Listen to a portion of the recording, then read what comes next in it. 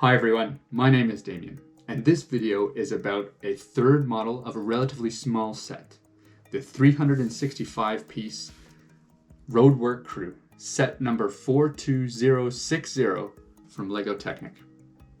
I thought it'd be really interesting to see what we can do with 10 times fewer pieces than my last third model build, which was the LEGO Tunnel Boring Machine. The Roadwork Crew set came out in 2017 during LEGO Technic's 40th anniversary. So it comes with a 1x3 lift arm piece featuring the 40th anniversary logo printed right on it. In addition to this printed piece, you also got a new worm gear. This new worm gear is larger in diameter and half the length of the original LEGO Technic worm gear.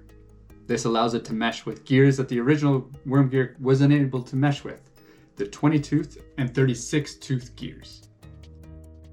To inspire my third model build from the Roadwork Crew set, I looked at all the pieces and said to myself I wanted to include as much of the tracks as possible that were on the original digger and the new worm gear. And if I can, incorporate the worm gear and the most complicated gearbox I can make with the gears that are included in the set. And I think I've done justice to those two goals, and I've come up with this, the baggage belt loader.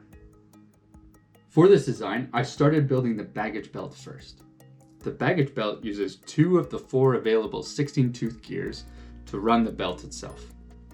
That left me the other 2 to provide an offset to the belt drive. This offset allows the back of the belt to lower when the front is being raised. Once the baggage belt was built, that set the overall dimensions of the model. And the next thing I tackled was a lifting mechanism. For that, I looked at all the available gears left to me, and I wanted to build the most complicated and highest gear ratio gearbox I could. And to that extent, I think I did a pretty cool job. The gear ratio in the end is 3:100, and that provides a really nice, smooth lifting and lowering mechanism for the baggage belt.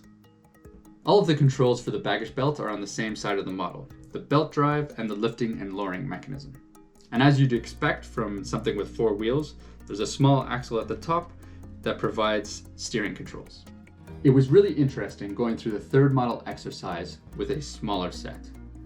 On one hand, because there were substantially fewer pieces, I was constantly asking myself in the early stages of the design, should I be using this one piece, of which I only have one of? On the other hand, there were fewer pieces to work with, and therefore fewer options. So I found it much easier to visualize where I needed the design to go in order to get to the finish line without running out of pieces. In the end, I used 323 of the 365 pieces from the original set in this third model. That's about 89%.